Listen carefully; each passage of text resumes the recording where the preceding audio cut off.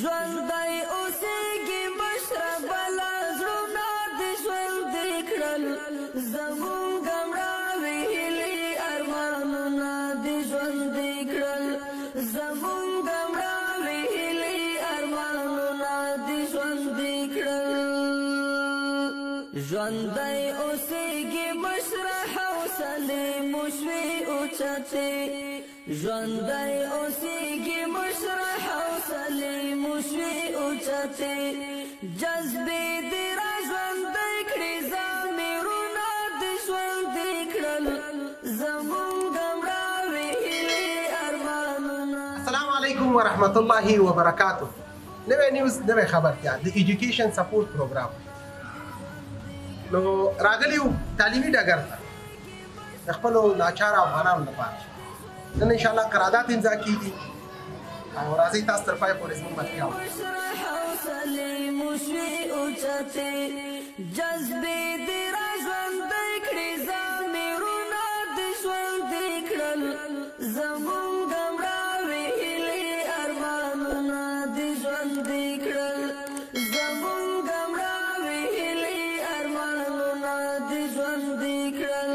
ژوندی اوسېږي مشره بله زړونه دې ژوندي کړل زمونږ مړاوې هیلې ارمانونه دې ژوندي کړل زمونږ مړاوې هیلې ارمانونه دې ژوندي کړل دیدار ته دې چې مشره بله وخت وي ناقرارې دیدار ته دې چې مشره بله وخت وي ناقرارې هغه سترګې دې یخ کړې نظرونه دې ژوندي کړل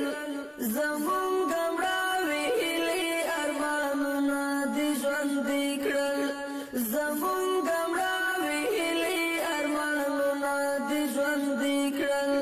ژوندی اوسېږي مشره بله زړونه دې ژوندي کړل زمونږ مړاوې هیلې ارمانونه دې ژوندي کړل زمونږ مړاوې هیلې ارمانونه دې ژوندي کړل قائد ابن قائد زموږ زخمي زخمي سینو کې قائد ابن قائد زموږ زخمي زخمي سینو کې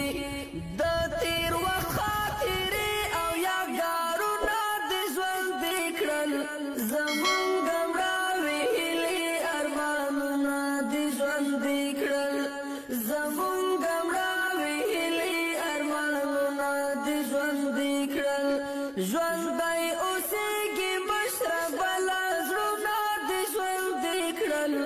زمونږ مړاوې هیلې ارمانونه دې ژوندي کړل زمونږ مړاوې هیلې ارمانونه دې ژوندي کړل که څومره سازشونه او ګواښونه وو خو بیا هم که څومره سازشونه او ګواښونه وو خو بیا هم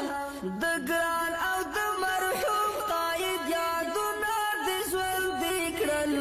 زمونږ مړاوې هیلې ارمانونه دې ژوندي کړل زمونږ مړاوې هیلې ارمانونه دې ژوندي کړل ژوندی اوسېږي مشره بله زړونه دې ژوندي کړل زمونږ مړاوې هیلې ارمانونه دې ژوندي کړل زمونږ مړاوې هیلې ارمانونه. لرنینګ پوینټ انسټیټیوټ ته یوه نړۍ مننه چې نن د هغه ځوانانو لپاره ناچاره بېوزله ځوانانو لپاره د عطا خیرې بنسټ سره لاسلیک امضا کړو د 100 تنو په وړیا ډول د دې د ادارې څخه مننه د دې د استادانو څخه مننه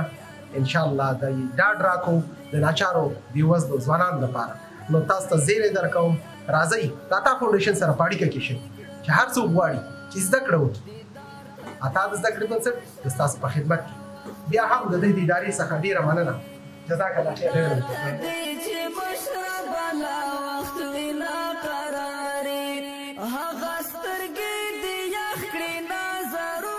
بسم الله الرحمن الرحیم. لومړی خو تاسو ته السلام علیکم ورحمت الله وبرکاتہ. هر کله راشي خدای مو راوله. په دویم قدم کې تاسې نه یو جهان مننه، ډېره زیاته مننه چې تاسې د خپل غریب بیچاره مظلوم ولس سره مرستې کوئ. شپه ورځ مو په ځان یوه کړې، د دو د ښه راتلونکي په باره کې فکر لرئ او خدمت کوئ.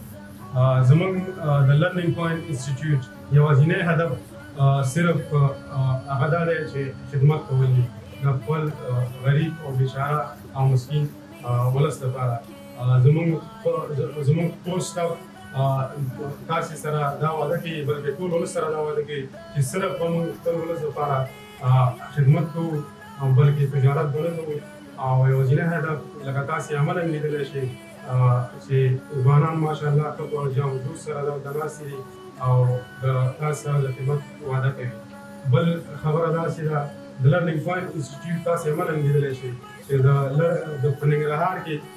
دا بېساری دی، جوړه نه لري، هم د ماحول د لحاظ سره، هم د سټاف د لحاظ سره، هم د کلاسونو د لحاظ سره، هم د صنفونو د لحاظ سره، هم د موادو د لحاظ سره. په اخره کې بیا هم ستاسې یو جهان مننه. الله مو راوله، کامیاب اوسئ، الله دې په آخرت کې تاسې قدرمنو دوستانو، راځئ سره یو شو تعلیم ته کار وکړو. د ابادۍ د سوکاله افغانستان په هیله. ښه وخت. د الله په امان.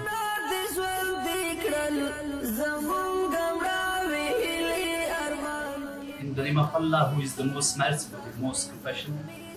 As we know that Learning Point Institute is one of academic organization which is working in Afghanistan, especially in Nangarhar province, and different departments like in English, computer, and Concord preparation. And today we are very and so pleased from Allah Welfare Foundation, sir, and from all of his board members and guests and colleagues, sir, that who has a presence here in our organization, sir, and they presented about 100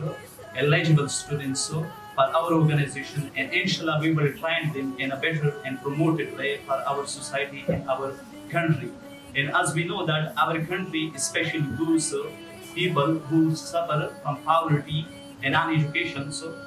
we are working in a highly and motivated and cooperative ways with them, and we want them to train them in a high way. And inshallah this is our best wish, and inshallah we will perform in the future as well. And in our class, I can say that we are very pleased, and we say welcome and welcome and welcome again and again to Atta Welfare Organization, and we hope that they will introduce another students and other students to us in the future too. And thank you so much, and thank you so much from your time. And most welcome.